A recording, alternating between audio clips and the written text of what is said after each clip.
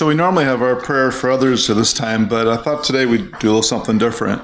So you probably heard, if you didn't, that our sister Cheril Hoglund fell asleep in the Lord this past week.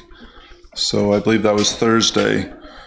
The family decided not to have a service for her. She had actually wanted to have a service, but her family is not going to have a service. So I thought maybe now we might just take a few minutes, and if anybody had things to say about Cheril, I think it might be a nice thing. She was a member of this church for 60 plus years. I don't know how long, 70 plus. As long as I can remember. She's lived in the same house in way up north in McHenry for, I think, the same house forever, pretty much. And it was an hour plus drive no matter where she came. I know for many years Trent and Sue drove her, which was quite a sacrifice to help her. But she was a wonderful sister here, and we're really going to miss her. It just seemed like, to me, it seemed like she got better with age. When I was growing up, I don't know, you had certain impressions of people, but she got nicer and nicer to me as I roomed with her second son, Ray. So she had 5 children. Kathy was her oldest, then Ray. Jill, I think, was her third. Jill died very young as a teenager.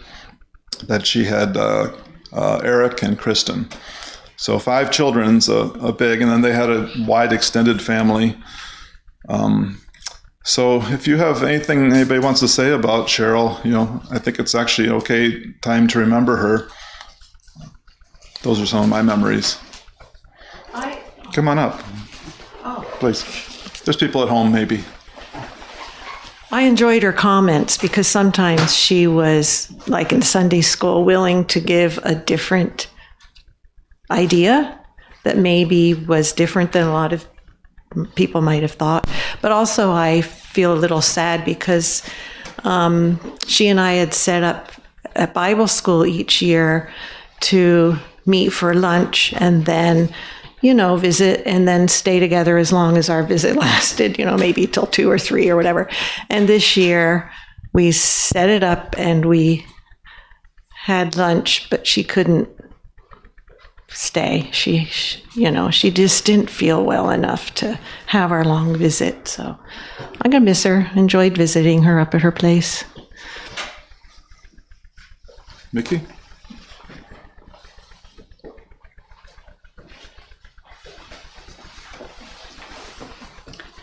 Well, Cheril and I go back a long way.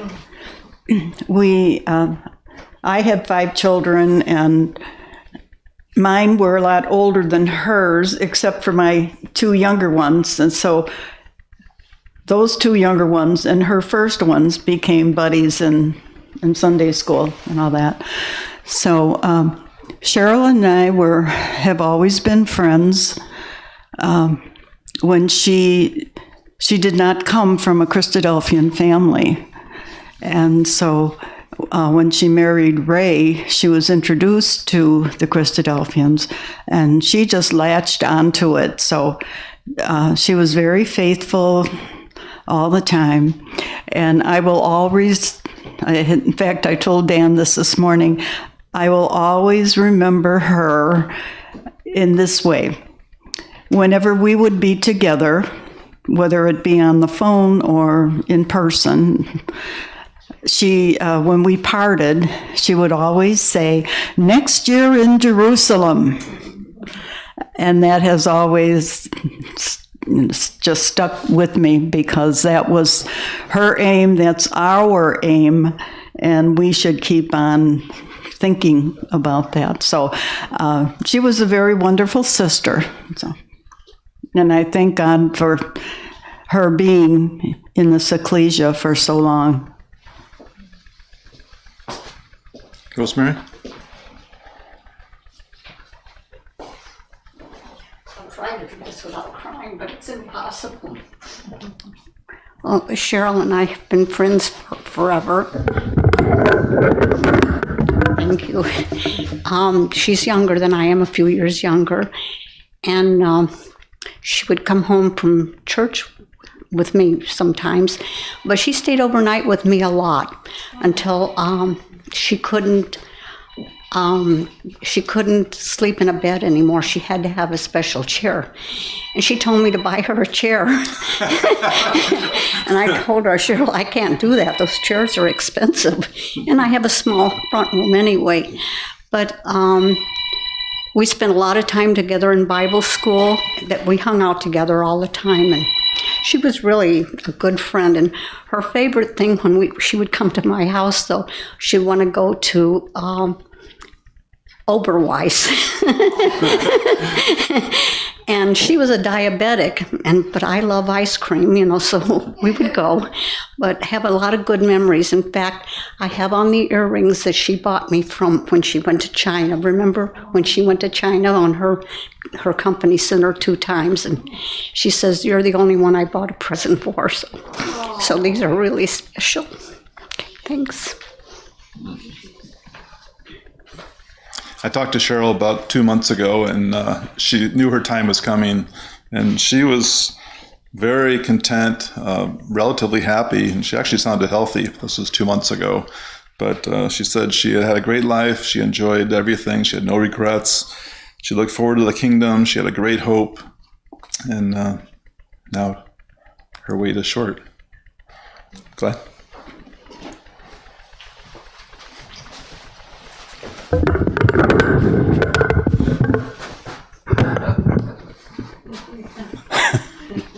I remember Cheril when we went to Williamsburg and saw the tall ships, went to Bible school, and she was very excited when she walked through the big doors that led us to the tall ships, and she walked faster than me actually. And then we went to go eat lunch, and she got a brownie with whipped cream. I said, you can't have that. At the time, I wasn't diabetic. And yes, I can have this one. So I understand, because now I have diabetes myself, but she was always, on moments, she was always very cheerful.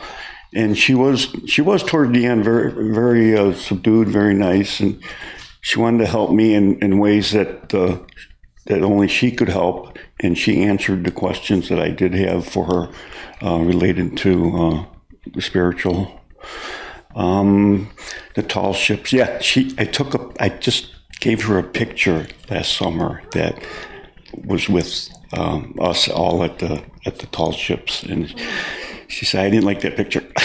So I don't think she ever showed it to people. But I also was with a roommate with her son Ray in college. And it was always nice to know Cheril. She was nice. She always answered my questions. I will miss her. I know where she used to sit.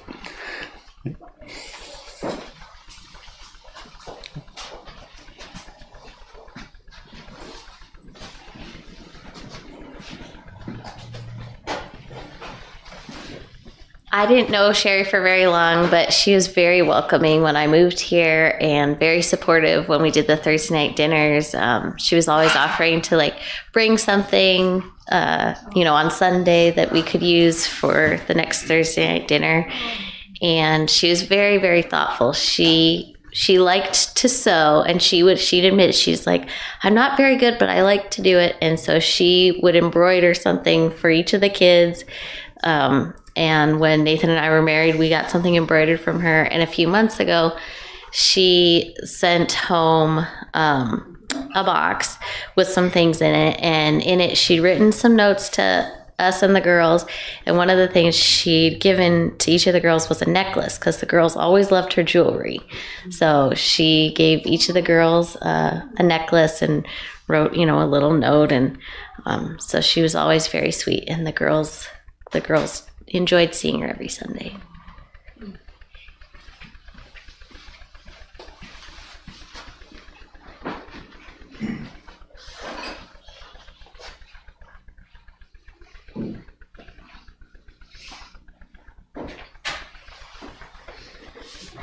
I think I'm like you, Dan. I saw Sherry change through the years, and she became a very devoted believer. She was always appreciative of when we picked her up, and constantly call us her good friends and thank us for doing that. And because of that, I always thought this is not difficult to take her, even though sometimes it seemed like going out of our way and things like that. But you, I think all of you have seen her faith as well. And I think that was developed over the years. She was very encouraging to us, and I think to all of us. As she always said she wanted to be around when Jesus returned to the earth. And I'd always say, Sherry, it might not be such a great thing because the days might not be so good when he returns. And she said, well, I don't care. I still want to be here when Jesus comes. I want to see how it turns out. But of course, it didn't turn out that way for her. And I think it's in the Lord's hands now. So I said, Sherry, you'll be able to see it. I mean, in some way you'll be able to witness what happened during Jesus' return. So just don't worry about it. So that's where she is now. And I'm grateful that she spent her life in service to God.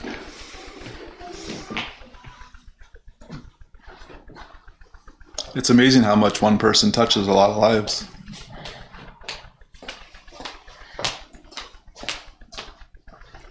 Yeah, I also enjoy Sister Cheril, taking a trip with her to go to Sisters weekend in Ohio with Sister Sue and Sister Sharon together. And she's very amazing. We will stop by to have our lunch before we go to the places. So, and every time after our sisters, so we get up every day morning, everybody making a breakfast and eat. And we go to our classes. And after each class, she will come close to me. Sangani, is this so special for you? Did you like it? What did you learn? And I will tell her what I like it, what I learned. Every time after classes, she will come close to me and ask me questions about our classes. And I will always miss her. Every day she come here, she will bring sometime. She will come with a plastic bag with fruits. Sister Sangani, you have a big family. This is for you. Like, so special for me. You have big family, take this. You have big family, take this. So I will always miss her.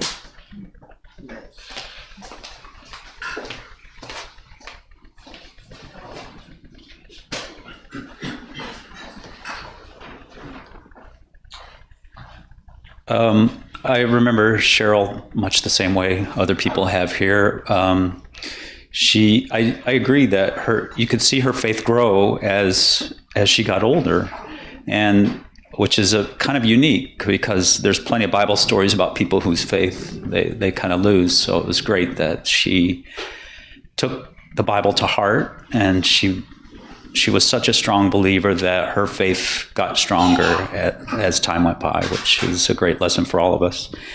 I think I'm not alone in that she was a very direct person.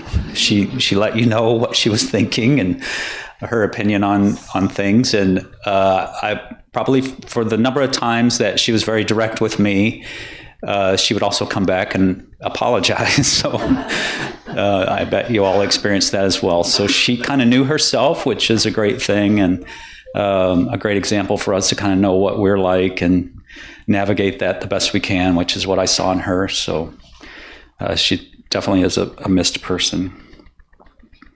We have a couple of online people I just want to read. Anna Duvall says, Cheril was kind, sweet, and funny lady. May her rest be sure. I look forward to seeing her again. And Sister Monday noted that Cheril and I shared the same birthday. I enjoyed her company and her warm embrace. I'll truly miss her. So those are some of the memories that others have too. Sue?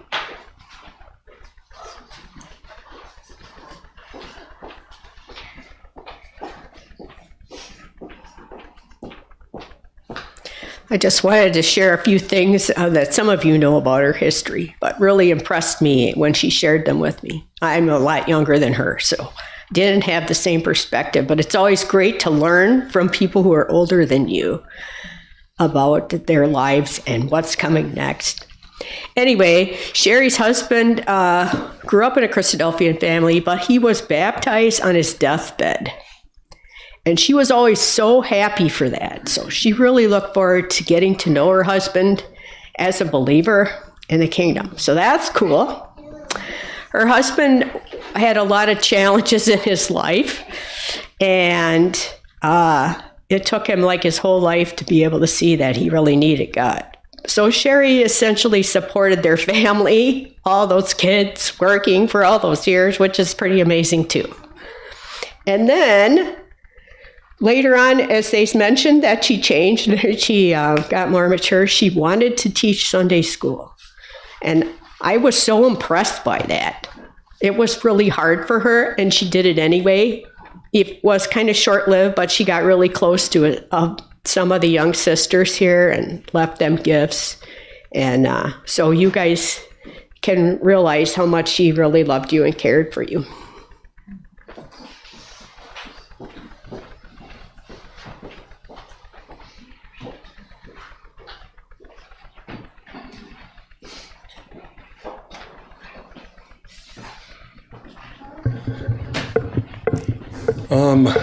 My first memories that I remember about Cheril, besides her being here all the time, that she could, because she loved to come to church, and she loved to talk about God and the hope that we had. And we both had diabetes in common, and I've had my own struggles with weight and stuff, but Cheril would always ask me if I went up to Oshkosh to bring her some hot dogs. She loved hot dogs.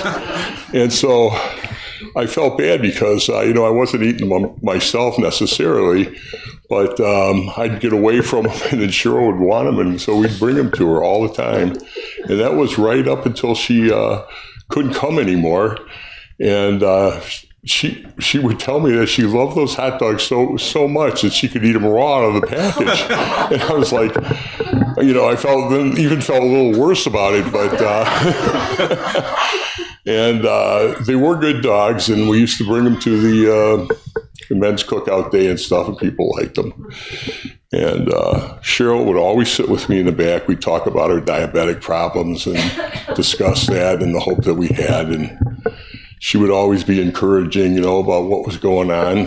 And she was just a good friend to me. So, and a good sister, and with good opinions, I thought, too, whenever she raised her hand.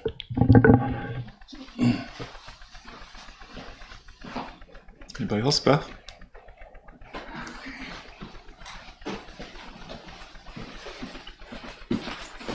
This isn't necessarily my thoughts, but to show that Cheril had it wasn't just influence over us, but on Friday we were with Lisa Ruland, who is related somehow, and Lisa was explaining how she was related.